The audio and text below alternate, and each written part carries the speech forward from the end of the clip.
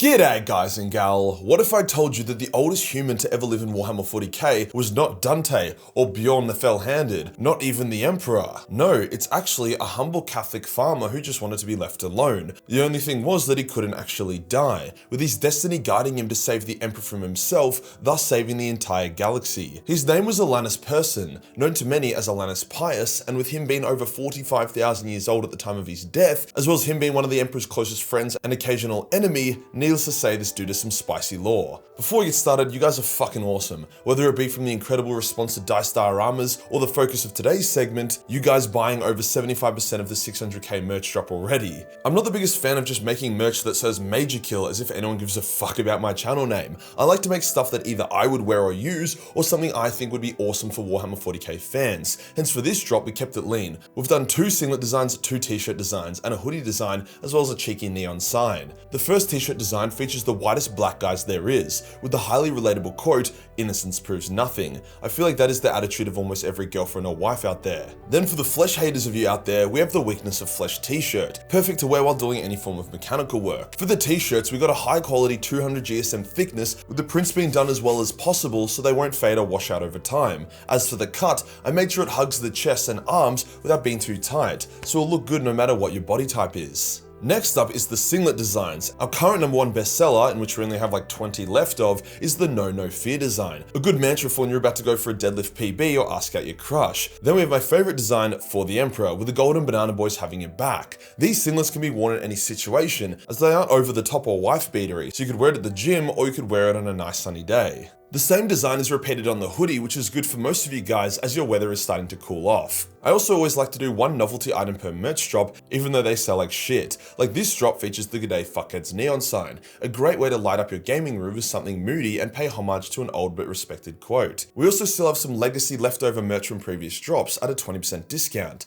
To top it all off, any purchase over $150 will get a signed Ra the Golden Sun poster. Link is below. At this rate, most merch will be gone by Friday. Today we'll go over the entire lore of the perpetual Ollanius Persson, detailing his relationship with the Emperor, what he did during the Horus Heresy, and how he finally died. Let's get into it. When we first encounter old Persson in the lore, he's a pretty chill, laid-back farmer on Calth. He radiates that retired John Wick energy, a man who has fought in 1,000 battles and killed countless men, but now just wants to live a peaceful life. He was also lightly made fun of for being Catholic, which confused people since that religion was destroyed amongst the rest many years prior. However, despite the state of the galaxy, Oll wore his cross and as such was often referred to Pius Oll, something that would help lead into his mythical name of Ollanius Pius. However, his story doesn't start as a farmer on Calth. It starts 40,000 years prior, in the city of Nineveh, an ancient city in what is now known as Iraq.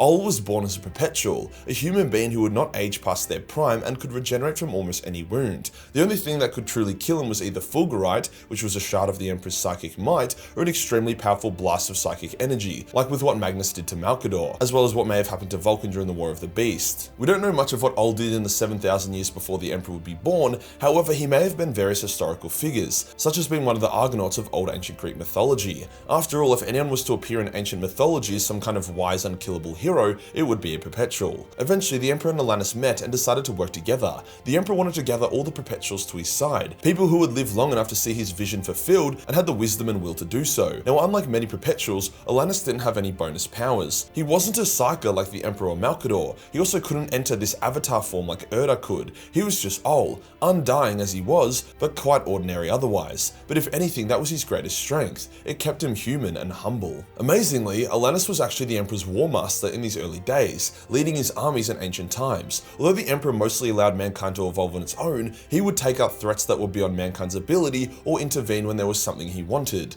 For example, when the Emperor took out the Void Dragon shard, it was because normal humanity didn't stand a chance, but also the shard was essential for his plan with Mars. Likewise, the Emperor and his army assaulted the Tower of Babylon. There was a chaos cult in the tower who had learned Annuncia, the language of the universe, which is theorized to be what the Old Ones used to speak. Annuncia was an extremely powerful language. It could kill, heal, destroy, build with simple words, completely bypassing the warp. Anyone could learn Announcer, however mispronouncing the words could cause your mouth to explode. Even using it without full mastery would usually end in a split lip and a raging headache. The Cold cum blasted the Emperor with the full might of Announcer. The Emperor was hit in the balls but said, "I'm the fucking Emperor," so he charged through their attack and butchered them. Ollanius and the Emperor stood in the tower. It was corrupted and full of forbidden knowledge. Oll wanted to destroy it as he was the typical good versus evil, don't use the weapons of the enemy sort of guy, you know, common sense. The Emperor on the other hand was tremendously arrogant and believed all knowledge to have use, and that he would be immune to its corrupting effects. To be fair, if anyone could read a Chaos book and actually learn something without corruption, it would be the Emperor. The Emperor wanted to keep the tower and study it. Ollanius knew in that moment he could no longer follow the Emperor, as that level of hubris would end in damnation. So Ollanius stabbed the Emperor and then used his own Announcer to bring the tower down.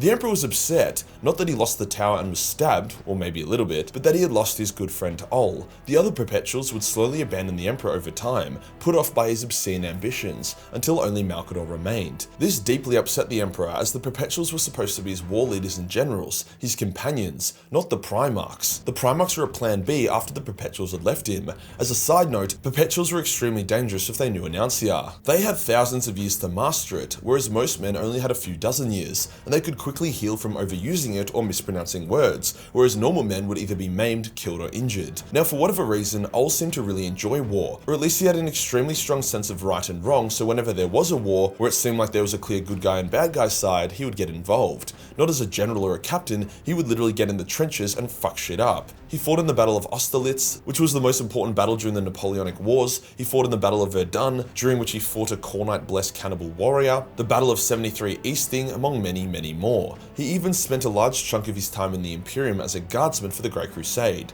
For whatever reason, Oll enjoyed a good battle. He was so distinguished that the Imperium gave him the right to retire and settle on whatever world he desired with a plot of land. He chose Calth in Ultramar. It was a prosperous, verdant world. He could live a simple farmer's life and practice his faith in peace. Oll was a haunted, hollow man though. He was a good man, but he had lived to watch all of his loved ones grow old and die, time and time again. Dude was fucking 45,000 years old. Now as a side note, for a period of time between John abandoning the Emperor and joining the Imperial Army, he was an agent of the Cabal, a Xeno organization that used human Perpetuals as agents to help them achieve their goals, most of which revolved around fighting chaos. However, unlike other Perpetual agents who were given their power by the Cabal, Oll was a natural-born Perpetual, so when he decided to stop working for the Cabal, they didn't have any leverage in order to prevent it. It really looked like Oll would finally be able to enjoy a life of peace on Calth. But that all changed when the Wordbearers attacked, launching a devastating genocidal invasion of Calth. It was carnage, shit was exploding everywhere and there were demons eating people and shit. It was fucked. This is when Oll was given a vision by his old friend John Grammaticus, another Perpetual agent of the Cabal. However, John was sick of working for the Xenos who were trying to sacrifice humanity to maybe beat Chaos. He realized that they needed to get to the Emperor and help him, so he sent Oll on a hectic quest that would take him through time and space to try reach Terra. Oll didn't like the Emperor, but he hated Chaos a whole lot more. He accepted the quest and gathered a few of the survivors of Calth with him, as well as stealing a Chaos Athane from a cultist that he could use to cut holes in time and space to act as portals. They used this to escape Calth. Ollanius guided his merry band of buddies through different times and places. Some were thousands of years prior, others were in the future. It was a mess, but as there was no direct way to Terra, they had to deal with it. Another issue was that they were now being hunted by Chaos as well as the Cabal. Oll's mission was seen as so important and impactful that Chaos was shitting itself and trying extremely hard to stop him. However, with how random their journey through time and space was, as well as how resourceful Oll was, they were able to stay ahead of the enemy. After 6 years of travel, they finally arrived on Terra midway through the siege. This was bad though, as a lot of the world had now been corrupted and captured, with them arriving in an area controlled by the Emperor's children who were doing some freaky shit. However, luckily, John Grammaticus and a proto-space marine called Litu, one of the first ever made by the Emperor and Erda, arrived to rescue them. However, the Slaneshi sluts wouldn't let them go so easily, and as they were about to fall, a witch called Actae, as well as an Alpha Legion marine calling himself Alfarius, arrived to save them. In truth, this marine was Ingo Peck, the first captain of the Alpha Legion, and he had been activated to fight Chaos and save the Imperium. Our merry band of heroes proceed to the palace. They need to reach the Emperor. However, they are shot down before they can arrive, because of course they were. However, Ingo knew the secret passages of the palace and was able to guide them all the way to the inner palace, where they encountered a custodian. The custodian interrogated them, but saw that Ollanius was important, so he agreed to take them to the Emperor to fulfill the quest. However, the Emperor had already left to go fight Horus, so only Vulcan was there to greet Ollanius and friends. Vulcan was sympathetic and wanted to give them all hugs, but Ollanius felt like shit. He wasn't able to reach the Emperor and he thought he had failed and all would be lost. But his buddies were like, nah, fuck that noise, dude, let's keep questing. So they continued onwards. Then the biggest turbo fuckhead of them all arrived, Erebus, the Hand of Destiny, more like the Hand of Cringe. He slaughtered most of Ol's buddies except John, Litu, and the witch Acte, yet they escaped and pushed on, but then they're attacked by more word bearers. Dude literally can't catch a break. However, before they were overwhelmed, a custodian that was being possessed by the Emperor appeared to them and saved them. The Emperor was ascending to become the Dark King, the Chaos God of Ruin, in order to guarantee victory against Horus. The Emperor believed that he could control the power and wouldn't let it destroy the galaxy, but everyone else knew otherwise. However, the Emperor wasn't quite too far gone yet and was shocked to see Ollanius, his oldest friend here in this place now. Ollanius roasted the Emperor, telling him that he had gone too far and that his plan failed because he was so absolutely sure in his own superiority. The Emperor countered that Oll wasted his immortality and gifts and that he abandoned him. Oll says he would rather do nothing at all than too much. Oll is able to talk down the Emperor from becoming the Dark King, pointing out that it's just another shortcut on his road to damnation instead of taking the harder, riskier, less ordained route. The Emperor relinquishes his power and banishes the Dark King. A wave of power explodes out of the Emperor, restoring his warriors and allies to health, banishing a shitload of chaos energy, freeing Rogel Dawn from his warped prison, and all around just giving the loyalists the boost they need. The Emperor tells Ollanius that he must survive the war, he must not go any further. However, Oll realizes that the Dark King banishment has fixed his special chaos knife, a knife he believes can genuinely kill Horus. He realizes that all along, his quest was to bring the Emperor this knife so that the Emperor may triumph. He begs the witch Acte to teleport him and John to the duel between the Emperor and Horus. She obliges, and as they arrive, John blasts Horus off his feet with a mega dose of Annuncia, giving Oll enough time to run to the Emperor's side. The Emperor is extremely wounded and unresponsive as Oll begs the Emperor to stand up and get up. He promises the Emperor that he will never leave his side again, that he will be with him until the end of time. All he needs to do is get up. He puts the Chaos Knife in the Emperor's hand. The Emperor's too wounded to speak to Oll, but as a final gesture, he manifests two tarot cards, the Guardsman and the Lantern, a final way of telling Oll that he loves him.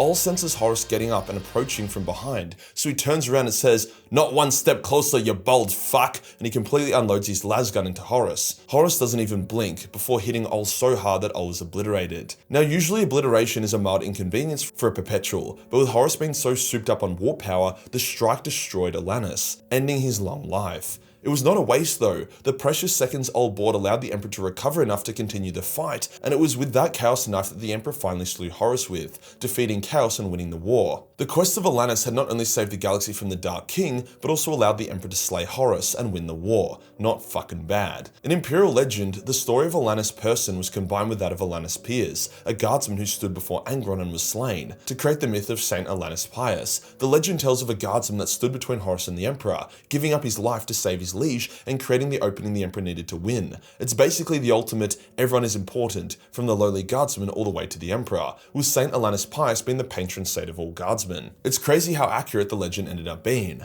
Here's to Ollanius, the greatest friend the Emperor never deserved, who cut his way through time and space to be by the Big East side during his darkest hour. If you enjoyed the video and you want to support the channel, then pick up some Majorkill 500k merch. We are down to our last 25% of stock and none of these designs will ever come back. Hit the subscribe button and hit the real subscribe button for more Pius content. Join the Discord for more memes and I'll see you in the next one. Peace.